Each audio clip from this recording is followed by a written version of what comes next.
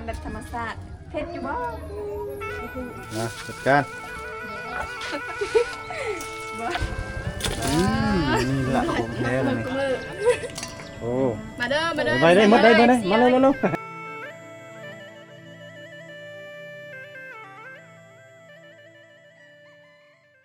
ปัดโอ้โบแมนพาครึ่งเลยนี่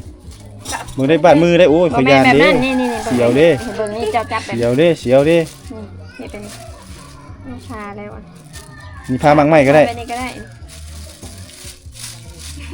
ให้แม่นิตาสอน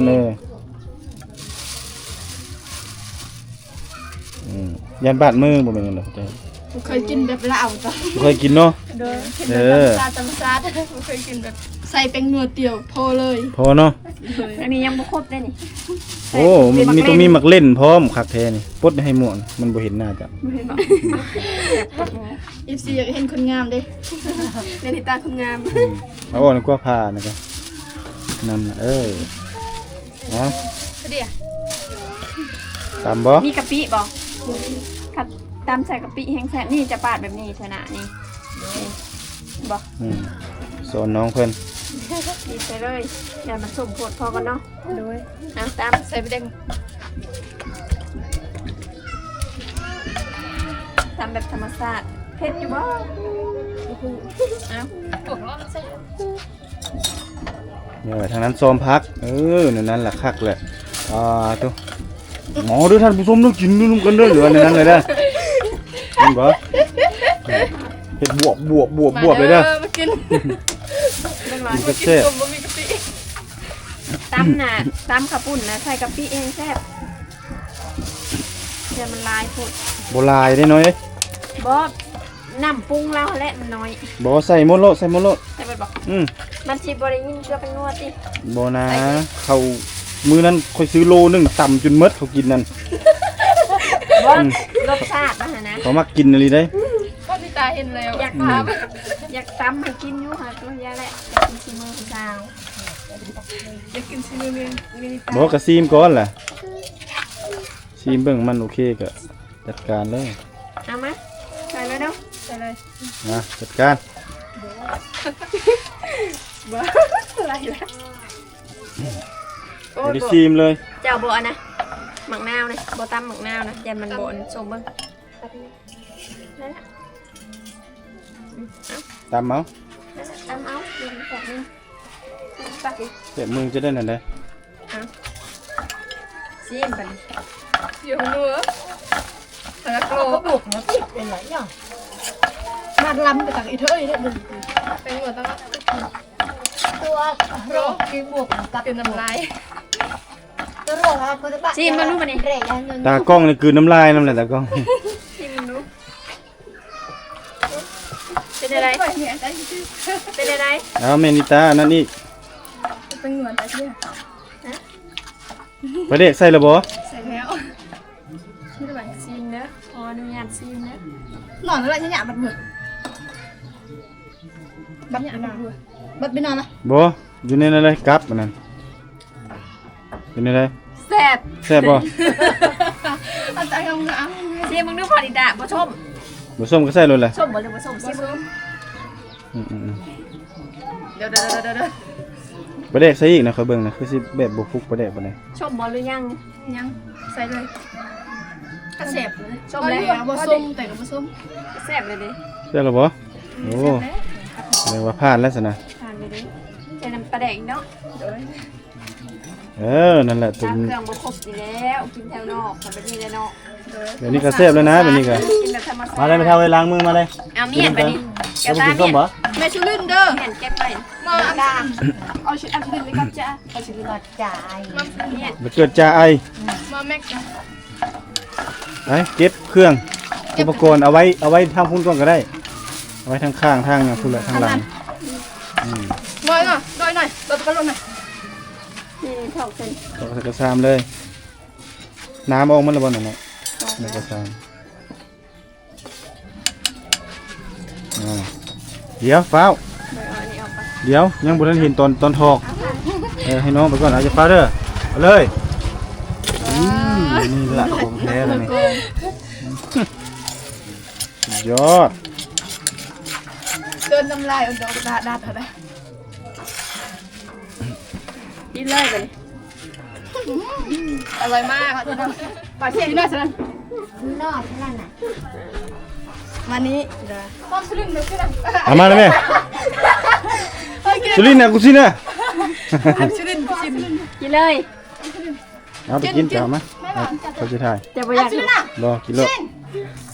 ย่าอยู่หักกินโลดไม่ได้ก็ได้ค่อยบุญย่า มา ไป มาเด้อมาแม่ มาเด้อมากินมาเด้อมาเด้ออย่าแจ่เหรออย่าพี่กินไม่ใช่กิน มาเด้อมาเด้อน อด กินส้มกินส้ม อย่าเด้อ ลูกทะเลเลย เตี้ย ไปใส่น่ะ ล้างมือ โอ้ มาเด้อมาเด้อ ไปได้หมดได้มาได้มาเร็วเร็ว มาเด้อมากินเด้อ กินแต่ข้าวปุ้นนั่นสาว แซ่บแห้ง ๆเอาลองเบิ้งเฮ็ดคือไอ้เบานั่นใส่ลายๆแม่ข้าวปุ้นนั่นได้ครับ ห่ บ่ อใส่ผักค่ะ ห่อใส่ผักนั่นนี่เห็นบ่คือแม่นิตาเฮ็ดน่ะเห็นบ่กินบีออกคันมันใหญ่ก็จีกแบบมันเป็นงามๆไม่ใช่เอาเฮ็ด มาเด้อกินน้ำกัน กินแต่ข้าวปุ้นเด้อ ตากล้อง เอาเด้อ อยากกิน เอาเลยเอาเลยกินโลดแซ่บๆอ้าว กินเป็นตาแซ่บดีเนาะ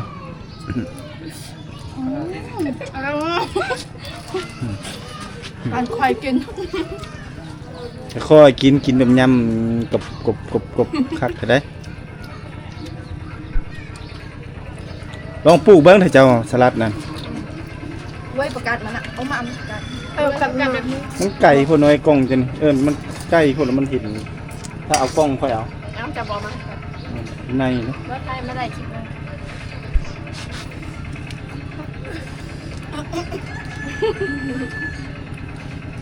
เอาเลยแซ่บยับไปโซนนั่นนี่เจ้าแก้วตาให้ไอเห็นนั่นนี่แหละเห็นแต่หน้าเจ้านี่บ่เห็นเลยนะซ้ำกินแซ่บมีได้รสชาติคักบ่ แซ่บ แซ่บเนาะ แซ่บแล้วเลยนี่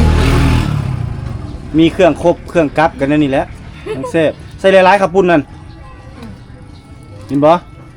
ไอ้บอกให้ใส่หลายๆกับผักสลัดนะให้แบบซ้ำอันนั้นเลยซ้ำผักสลัดนะโลด ไทป์ซี อืม ยันวัดไว้ เบิ่งมาสิให้กินให้เบิ่งคำหนึ่งนี่คักแซ่บด้วยให้แม่นิตามาจับก่อน มาอันจางมาอัน เอาใส่ไปเลยเดี๋ยวนี้ได้จับเลยอ้าวกินให้เบิ่งคำหนึ่งเด้อไหนสลัดตัวนี้ครับตัวนี้ก็ได้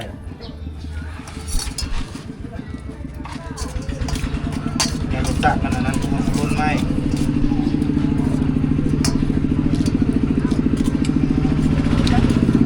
ประมาณนี้พี่น้อง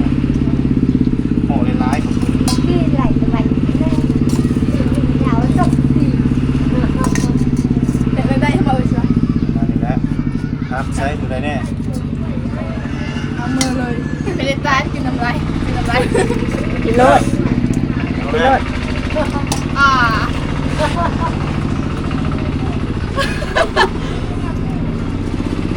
เนี่ย แซ่บบ่ ครับนะเอา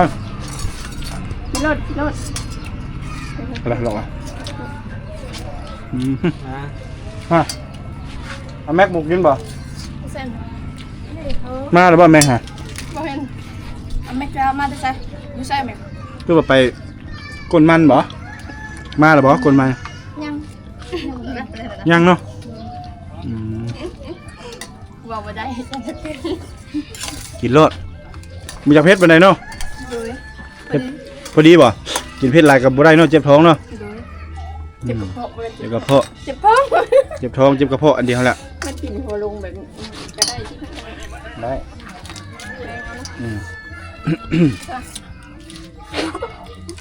เป็นอะไรผักสลัดนี่กับตัวไอ้เบานะตัวได้แซ่บ แซ่บตัวนี้ ตัวนี้แซ่บ โดย อืม ตัวนี้คัก ตัวนี้คักเนาะมันกรอบแม่นบ่ โดย กรอบแล้วเนาะปลูกเฮาต้องปลูกผักที่ว่าเฮา อยากกินเป็นประจำเห็นอันนี้ตัวกินประจำนั่น เติมใส่ลาบ ผักเสริมผักหยังใส่ลกใส่ลาบได้ไหม เมื่อกี้อันกี้อ่ะ เจ้า ให้ กิน จอ ผั น ก เตียงกัสหล่อเลยบ่ได้ ปัดไทย ปักไทยปักไทยปักไทยค่ะปักกี้ฮะกินให้เบิร์ดเด้อโดย โอ้ยบ่ได้เหลือสำห บั รับ ดแน่นอนบ่เรือแน่นอน สาวๆนี่มา คื กิ อน เฮ็ดเวียกแล้วกิน บ่ยามเฮ็ดก็ยามเฮ็ดก็เฮ็ดเต็มที่เนาะยามกินก็กินเต็มที่ม่านแต่ให้นี่กินข้าวกับหยังฮะ หมักเพชรดาที่บ่ได้ กินกับมะเพชร ตากับหมักเพชรที่กับ ปลากับมะเพชร เพชรเลย แล้วเบาไปหาแล้วเนาะปลากันเนาะ โดย เอาขึ้นเลยบ่วงตัวนั้นมันลอยอยู่นะเอาออกกิน คนอะไรเอามาจังคนอะไร สาวคือเจ้ากินเป็นตะเสะไปเลยพับเข้าพับเลยนั่นแหละเอากินมันกิน FC เบิ่งเลย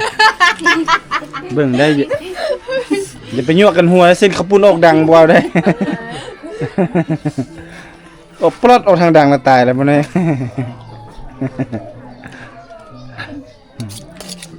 ไม่อยากดูบัตรเราเอ้ยนั่ง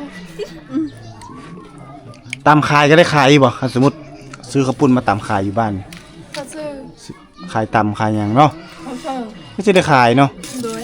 เพราะว่ายามนี้เขาเจ้าเฮ็ดเวียกได้เนาะเมื่อยๆเนาะ นั่น ขายปิ้งขายจ้ามขายหยังหั่นน่ะ จะได้กินได้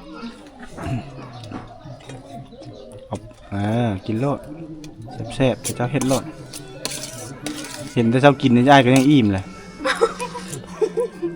บ่ถ้าเจะกินคักอะไรนะ แต่น้องยังบ่อิ่ม กินโลดแต่เฮ็ดโลดกินให้หมด FC เลี้ยงบ่ไหว ไหวเพิ่นว่าไหวบ่ FC เพิ่นว่าไหวอยู่ได้เพิ่นว่า จมูกกิน กินแซ่บๆเลยกินแล้วก็จังพามังมูกินเอาซ้ำขั้นไผ่บ่ส้มมันกับกัดมังนาวนี่อีกลองมาดูมังนาวกับอันนั้นน่ะครับข้าวปุ้นว่านั่นแหละ สม คักอะไรนั่นแหละแซ่บเนาะ โดย อาหารบ้านเฮาพี่น้องเอ้ยเห็นสาวๆคนกินกับน้องๆกินกับดีใจละสมกับเผ็ดเวียกแน่บ่แม่นเฮ็ดเวียกเมื่อยกินแจ่วเผ็ดไหวเนาะ โดยก็ได้ให้อัน หมอนั่นกินข้าคกเลย ได้เช็คตึกตอนเย็น คักเนาะแซ่บบ่ บ่ฮู้บ่ตอบ บ่มีสัญญาณตอบรับจากเลขหมายที่ท่านเอิ้นแซ่บแฮงกินแซ่บๆเลยน้องสาวเพิ่นก็ยังนั่งกินอยู่นั่นแหละพี่น้องกำลังเล่มกระซ้ำนี่ยังเล่มกระซ้ำอยู่ไปใส่แล้วเอื้อยใหญ่เพิ่นนี่เอื้อยใหญ่ไปใส่แล้วเนาะต่อเฮ็ดอีสังนี่ฮะปิ้งปลาปิ่นมาทางพี่ปิ่นมาทางอ้ายพี่ปลาได้ปลาอีสังนี่บ้านเจ้าเอิ้นปลาหยังนี่ฮะเสียอีสังนี่เสียกรวน บ่แม่น นี่ ปลา หยังวะเคยเห็นบ่พี่น้องเอ้ยนี่ไอ้บ่จับดอกปลาอันนี้ เรื่อง นี่ยังคือเป็นอันนี้นี่ บ่เสียมุกๆเพิ่น มันเป็นอิหยังอันนี้ บ่ฮู้ บ่ฮู้ จมูกมัน ดังมันเป็นแบบนี้ ดังเป็นอันนั้นเนาะ โดย ส่งตัว สิเอาจ้อมาเลี้ยงค่อยหลายจอนี่อิหยังเขาเว้าหยัง โอ้โห คือว่าไอ้ทุกอยู่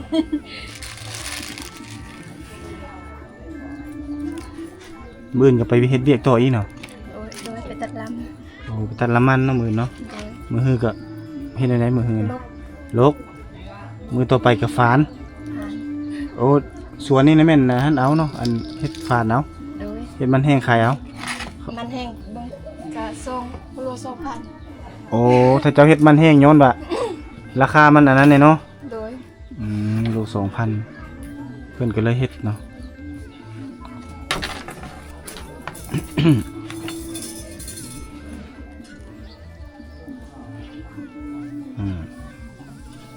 จัดเลย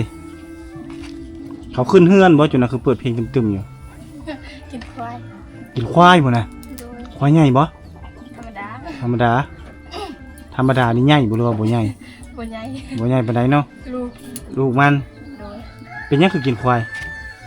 เฮ็ดพีด เฮ็ดฮีดบ่ โดย อืม เขาไทยตลอด เป็นไข้ เขาไข่ตลอดควายกันไทยเทวดาเฮ็ดแน่กัน โอ้ขายควายตลอด โดยมีเงินแล้ว มีเงินแล้วล่ะเพิ่น เทวดานี่ ให้เทวดากินแน่ โดย แล้วคนกินละเมา ยันเทวดา เทวดาผู้เฒ่าเจ้าตี้ผู้หนึ่งอยู่ในนั้นน่ะ โดย กำลังนั่งกินอยู่ เท เนาะ วดาเขาเท่าตลอดกิน เออ บ่มีงานก็กินเลย บ่มีงานก็กิน โดยตลอดบ่พักบ่ โอ้ เศร้าย เบิ่งเพิ่นได้สุขภาพเพิ่นได้ตนเพิ่น ห้ามแล้วที่เพิ่น บ่ฟังเอง บ่พัก หาแล้วบัดนั้นเนาะ โดย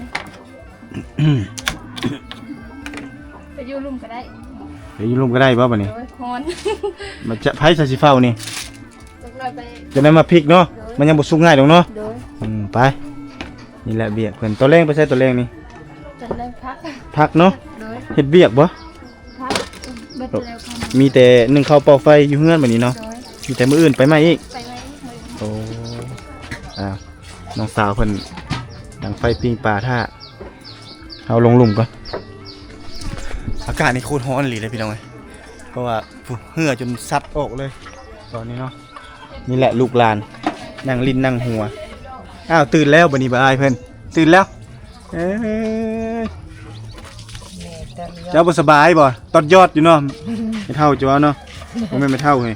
แม่ย่าเลยเนาะย่าแล้วเนาะย่าว่าย่าว่าเบาเจ้าว่าตอดยอด โอ้ไพรตดโจด นี่อะไร ตรอดยอดแปลว่าหยังน้อตรอดยอดนี่เนาะ ตดเป็นลม ตรอดยอดเป็นลม เลยไก่เอ้ยไก่ โอ้คุณแม่นิตานอนเย็นสบายเลยพี่น้องเอ้ยฮ้อนมื้อนี้เอาเมียมานำมื้อนี้ ป้าลิลี่ ป้าลิลี่ว่าภาษาเจ้านะคักอะลีได้ ป้าลิลี่ ป้าลิลี่ แบ่งครึ่ง ป้า แบ่ง ลิ ครึ่งวัด หยุดนี่ป้านี่ก่อนอย่าเฝ้านี่ฟานนั่น แม่ครึ่ง อืม มันเอาไว้ล่ะ ในบ้านบ่อยู่เนาะในบ้านนะปู้ป้าก็คือยานมันมืดนี่เนาะ ป้าก็เดือด บ่แม่นนี่ไอ้ว่าจังซี่นี่ต้องปาด มากี่ ใส่นี่ ไป ปาดลงเลย เออสำนั้นแหละ โมต่อได้ปะเนี่ย กินมังโมโต ทำแล้วกินมังโมต่อ ป้าทำแล้วผมเก็บ เก็บเก็บ เบิ่งดู ยอกพูด เออ บ่ได้การ อย่ามันได้แล้ว เอาทางน้อยนั่นให้ ให้ในบ้านซะฝั่งทางนี้เอาทางนั้นเฮา ค่อยเอาผัดอีกนะ เป็นบ่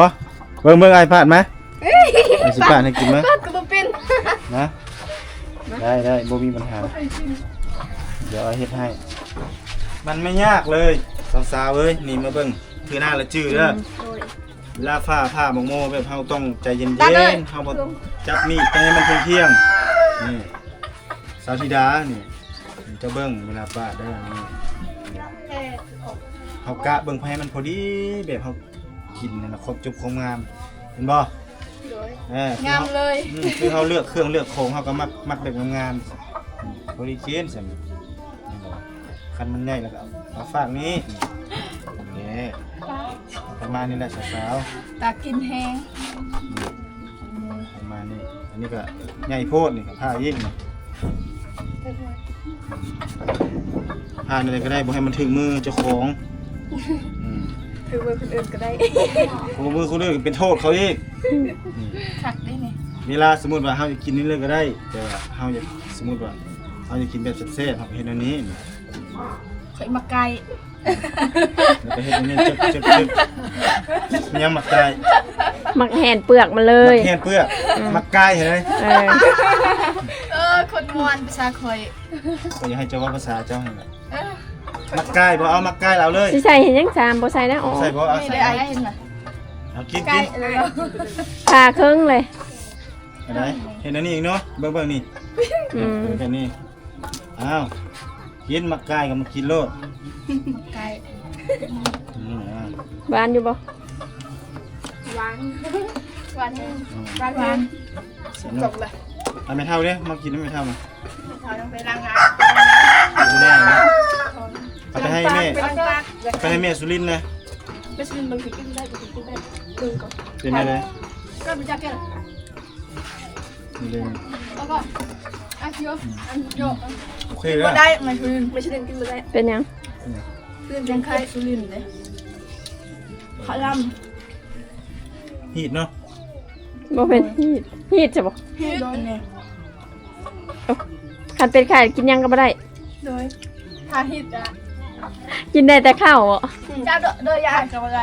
แม่นั่นบ่ มีแต่ปลากับเขา แม่สุรินทร์กินนมแม่บ่ โดย เราเอาฮีด โอ้ฮีดงงกันแล้วเนาะจ้า จ้า บ้านเจ้าเอิ้นมากยังนี่ แกกระจาย แกกระจ้อย แกกระจ้อย เออ แกกระจ้อยน่ะมักโม ลงเต้น อาบน้ำบ่คือไปล้างหน้านี่ อยากเต้นปะ ไปบรัน หัว เออ หัวละฮ้อนพี่น้อง อื เอ้ย ม หัวฮ้อนเนาะ เออฮอน ฮ้อนก็เลยไปล้างหน้าล้างตา อืม อาบน้ำพร้อมบ่อาบเลยบ่ อืม เอากินสาว ไม่ทา กิโลดเอียงเกาะเว้าดูภาษาเจ้านะ ไก่ กาย ๆกาย จน ไก่ เกิด เกี่ยงเลย เกลี้ยงกายเนาะจนแบบใจแดงบ่เห็นเลยจนเห็นใจขาวๆใจเขียวๆอันนี้คือหนูกินเนาะ เออ คือหยังก็คือกระไนแม่นบอกกระไนบ่หนูกระไนบ่ เออบู บู โบ โบฮะ บูบู โบ บู โบละหนู นู โอ้บูนี่คือบูกินเลยนี่กินหนูเลยข้าวใส่ ใส่ กระ ยั ซ่าง ไงอ้าวจิ้มใส่นี่จ้า กินจ้า จ้าละหนึ่งจ้า กินก่อน มาด้วย FC เด้อมากินน้ำแกงตา บรูจ่าไก่ หึ บรูจ่าก้อยไก่ รู้จักก้อยไก่ นกไก่ก้อยนกไก่อีกนะ คนเราว่ารู้จักก้อยไก่แล้วแปลว่าหยัง มากินแบบนี้ตัวหูนะเมนจัง เมาเลย หมดส่วนนั้นแล้วกินมะม่วงกินอิ่มแล้ว บ่ เอากำลังปิ้งปลา เนี่ยได้ก็ตามเคยอื่นเจ้าน้องเคยต้องเวบ่หลายกันน้อย เมื่อกันเด้ออันยังถ่ายคลิปอยู่เด้อ เคยท่าอยู่เฮือนนะ ยังเฮ็ดเวียกอยู่เด้อยังเฮ็ด ต เวี อย ก นหนึงให้เจ้ากินนะ โดยเฮ็ดเวียกเด้อ เคยท่าอยู่เฮือนเด้อ ฮะแล้วเอามื่อ เอ้ย โดย จะไปเรียกแก้นแล้วงุ่งไหน เออ กระเทศได้นี่น้องเช้าคอยกระเทศนะ เดือก เด้อ ฮะเอาละ ครับมื้อนี้เขากินควาย โดย ต้นหนึงก็กิน โดย บ้านเฮาเคยแนวนั้น แม่น นะ เดือกแล้ว โอ้ยเจ้าแน่นอนบ่ แนวไหนอีก เมื่ให้น้องเคยพอใจบ่กับลุงบ่ อันนั้นมาแต่ไสน่ะ มา นี่อำเช็คดาเนี่ยกิน ไหวอะเดี๋ยวไหวชัก สักให้ เส้นนี่ล่ะ ให้ แต่ว่าสักให้ได้ยำนี่ บ่อ่ะ มัน ชัก ดี แล้วบ่ บ่อ่ะ เออ จะโดยตุกนะ ไหวไล่อะบุกรูบุก ถ่ายคลิปไว้แล้ว เพื่อนโตเจ้าขึ้นมื้อนั้นหั่นเด้ โดย มาจับมือมาก้อยมือก่อนเด้อ โดย อืม ก้อยเมื่อคนเลย ค่อยเมื่อก่อนแล้วค่อยเมาค่อยนอนเลย บ่คนเต็มเข้าให้กิน ทึกจะไม่ไป เป็นทำปูกันอันนี้อยู่กินตะกระจาย เพิ่นพี่น้องเลยพี่น้องหมดบ้านเนี่ยนี่เลยยังขึ้นสูงๆเนี่ยมันบ่เห็น โอ้ยนี่ตายจ้ะเอาละจ้ะ กินได้ไหม ย่อย โอ้ยกินโลดเอาทำอันนั้นดิธิดากินอยู่บ่ธิดานะ ไปเบิ่งปลา มานี่เจ้าหน้าธิดาบ่ได้กินอ่ะแม่ธิดากินมั้ย เอาไปให้ที่ได้ที่ได้ นี่ของอ้ายนี่แหละไปให้ ย่อย จ่ามัน นี่หมูแซ่บๆมักหมูหวานๆเจ้ากินบ่ได้เนาะเจ้าเนาะเอาอุดเอาเด้อคลำเอาก่อนสุดได้อีก ได้ซื้อมาฝากไหม โอ้น้องสาวเฮานี่บ่ได้กินเลยเนาะพี่มาเบิ่งปิ้งปูปิ้งปลาพี่เอาน้องนี่มักหมูแซ่บๆนี่จับตัวนี้ก็ได้นี่ ล้างมือก่อน ล้างมือเนาะข้าวได้บ่ทันกันเนาะอันนี้งัวฮีดบ่นี่ โดย งัวบ่คือควาย ควาย ควาย โดย ฮีดเขาแบ่งให้บ่น่ะ โดย โอ้ ใส่หลาย สำนั้นบ่เขาจะแบ่งให้นะ ๆโดย แต่ว่าต้องทั่วถึงเนาะคือเฮ็ดนี่ บ้าน โอ้เฮ็ดนี่ต้องได้แบ่งให้ทุกหลังคาเฮือน โดย ให้หมดบ้านเนาะโอ้นี่ฮีดเพิ่นพี่น้องมีน้อยมีหลายก็ต้อง กินน้ำกัน กินน้ำกัน โดย โอ้พี่น้องมีฮีดอยู่ในบ้านฮีดลักษณะแบบว่าเขาเจ้าเลี้ยงงัวเลี้ยงควายสัตว์เลี้ยงเขาจะละขายเอาเงินได้เงินหลายๆและต้องได้ตอบบุญแทนคุณของเทวดาเขาเจ้า เซลล์ยังคนยังคน เลี้ยงคนนี่ เลี้ยงพระเทวดา ล่ะก็เลยว่า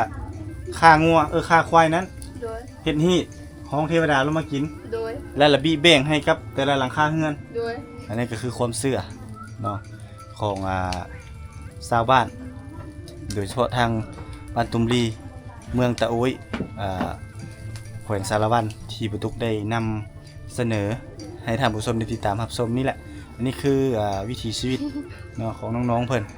นี่ที่เฮาได้มาเรียนรู้นำกันโดนแล้วที่บ่ได้เดินทางมาหาน้องๆเพิ่นเนาะน้องๆเพิ่นก็เฮ็ดเวียกเฮ็ดงานตามปกติบ่ตุกก็ติดภารกิจเดินทางเมื่อบ้านบ่ได้อยู่บ่ได้เซาบ่ได้พักผ่อนเลย เนื่องจากว่าครอบครัวก็คือน้องสาวบ่สบายก็เลยต้องได้พาเพิ่นไปหาหมอ